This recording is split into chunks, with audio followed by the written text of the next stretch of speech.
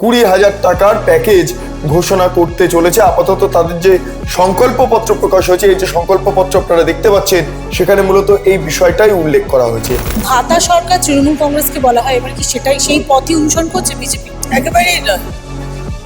অনুদান দেওয়া আর মহিলাদের সশক্তিকরণ করা দুটো এক জিনিস নয়। ডিএর সমস্ত বিষয়টা মিটিয়ে ফেলা হবে 45 দিন, সরকারি আসার 45 দিনের মধ্যে।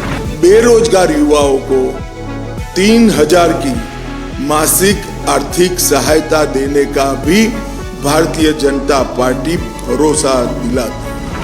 भारतीय जनता पार्टी की सरकार हर महीने 1 से 5 तारीख के अंदर 3,000 रुपया हर माता के बैंक अकाउंट में ट्रांसफर करेंगे और कभी भी हमारे चुने हुए मुख्यमंत्री को ऐसा स्टेटमेंट नहीं देना पड़ेगा कि इतनी देर रात को महिलाओं ने बाहर निकलने की जरूरत क्या है।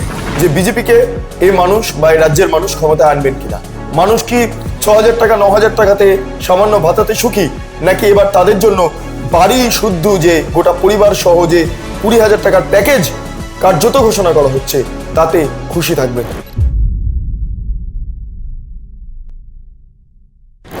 তৃণমূল কংগ্রেস দেখতে গেলে লক্ষ্মীর ভান্ডার দিচ্ছে 1,500 টাকা এবং যুবদের জন্য দিচ্ছে বেকার ভাতা যেটা 1,500 টাকা, মোট 3,000 টাকা।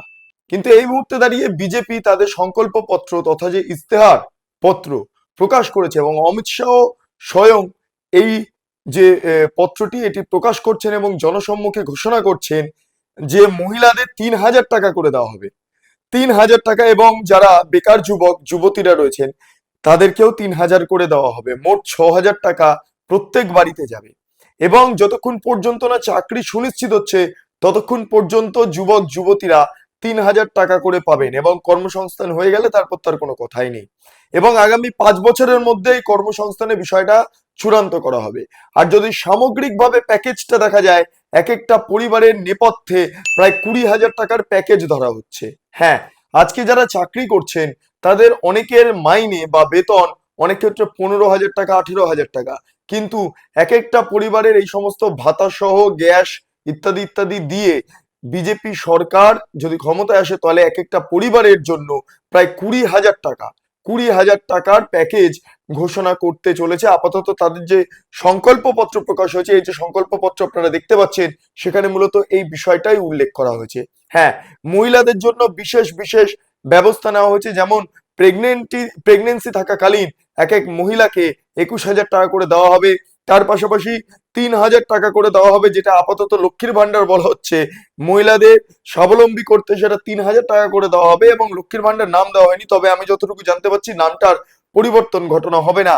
অন্যদিকে দাঁড়িয়ে প্রায় মহিলাদের সুরক্ষা বা নিরাপত্তার খাতিরে দুর্গা সুরক্ষা স্কোয়াড তৈরি করা হবে এবং 33% আসন সংরক্ষিত থাকবে রাজ্য সরকারি চাকরির ক্ষেত্রে মহিলাদের জন্য। এর পাশাপাশি আরো বেশ কিছু বিষয় জানা যাচ্ছে, যে এটা হলো যে মহিলাদের জন্য বিভিন্ন এইচপিডি টিকাকরণ, স্তন ক্যান্সারের পরীক্ষা সহ বিভিন্ন পরীক্ষা বিনামূল্যে চালু করা হবে। মহিলাদের জন্য বিনামূল্যে বাসে যে যাতায়াত সেই ব্যবস্থা করা হবে, সরকারি বাস ইত্যাদি একাধিক একাধিক বিষয় মহিলাদের জন্য ভাবনা চিন্তা করা হচ্ছে সংশ্লিষ্ট সংকল্পপত্রে। তবে সবচেয়ে গুরুত্বপূর্ণ বিষয় আবারও যেটা বলছি, যে এই মুহূর্তে যদি প্রত্যেক পরিবার এই বিজেপি সংকল্পপত্র যা আছে আমি যেটা দেখতে পাচ্ছি, এটা যদি প্রত্যেক পরিবার ধরে ধরা যায় তাহলে বিনা চাকরিতেও এক একটা পরিবারের জন্য 20,000 টাকার যে প্যাকেজ তা ইতিমধ্যে প্রায় ঘোষণাই করে ফেললো বিজেপি এবং সরকারে এলে সেগুলো বাস্তবায়িত হবে। পাশাপাশি পাশাপাশি খুব ইম্পর্টেন্ট সেটা হলো যে এই যেটা ডিএ বলা হচ্ছে, সেটা সপ্তম পে কমিশন ইত্যাদি ইত্যাদি যে সমস্ত বিষয়গুলো তুলে আনা হচ্ছে, এটা খুব ইম্পর্টেন্ট এবং বলা হচ্ছে 45 দিনের মধ্যে ডিএ সমস্ত বিষয়টা মিটিয়ে ফেলা হবে। 45 দিন, সরকারি আসার 45 দিনের মধ্যে।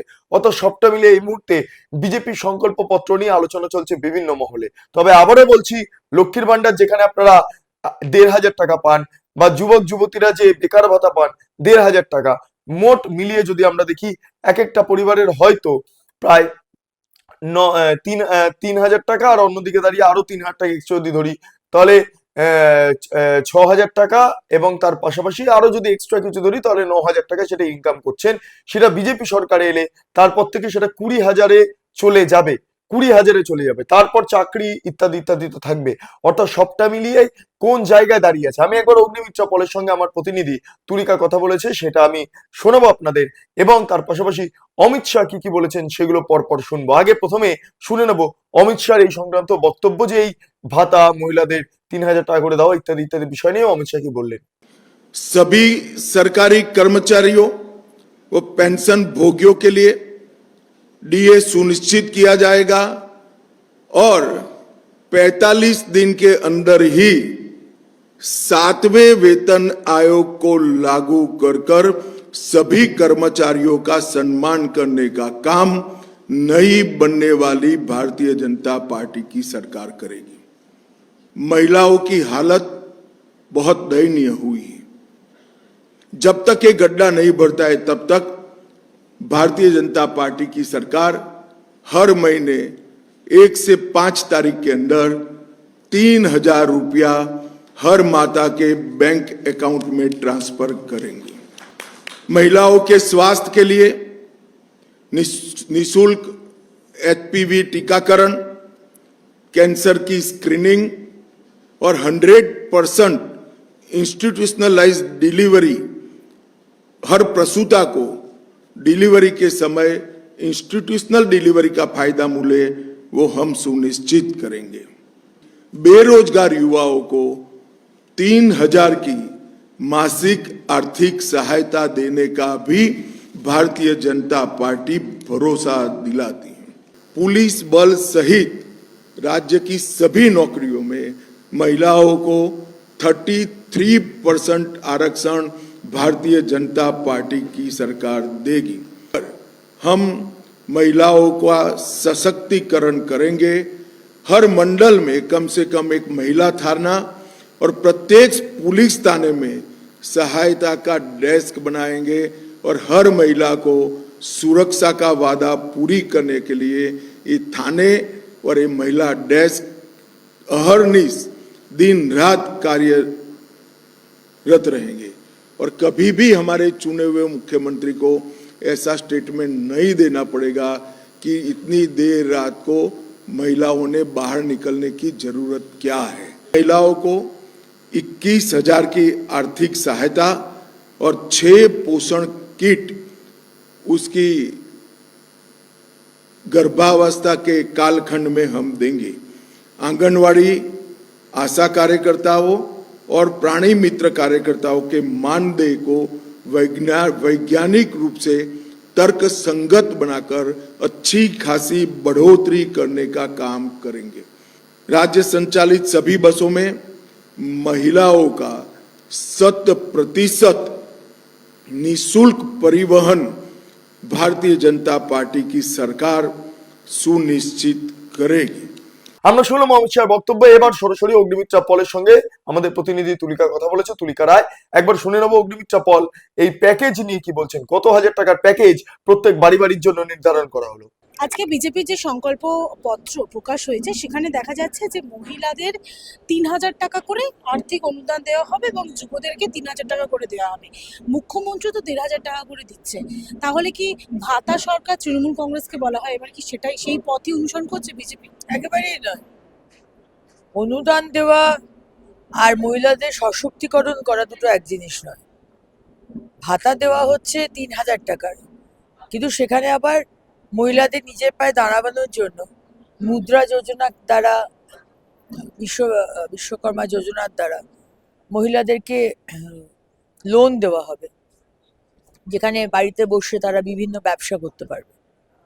আজকে বড়ি বানাচ্ছে, আচার বানাচ্ছে, জ্যাম বানাচ্ছে, কাঁথা সেলাই করছে, যাই যেটা করবে, এবং সেটা আমরা বাজারে বিক্রি করে ব্যাংক অ্যাকাউন্টে টাকা ঢুকিয়ে দেবো।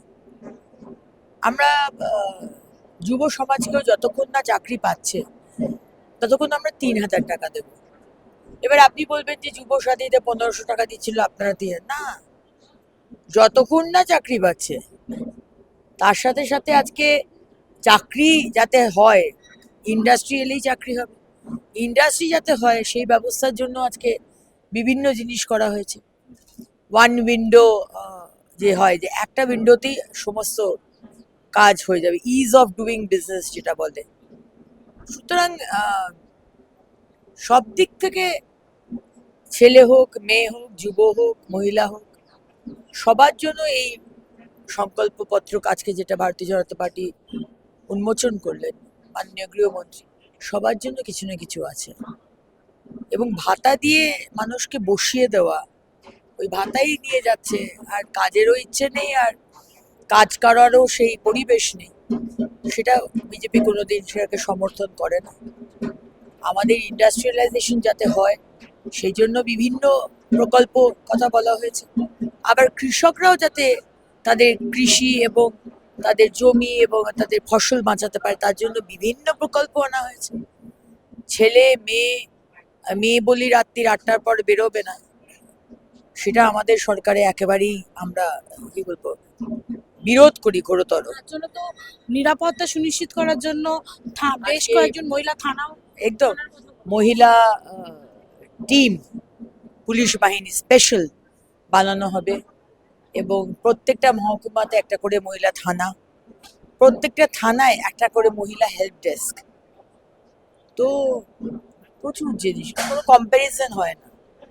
তৃণমূলের মহিলার সাথে যারা ধর্ষণের রেট বাঁধে, আর মোদিজির সংকল্পপত্র, মোদিজি যা 33% রিজার্ভেশন, পুলিশের 33% রিজার্ভেশন মহিলাদের জন্য প্রত্যেকটা জায়গাতে, যাতে মহিলারা এগিয়ে যায়।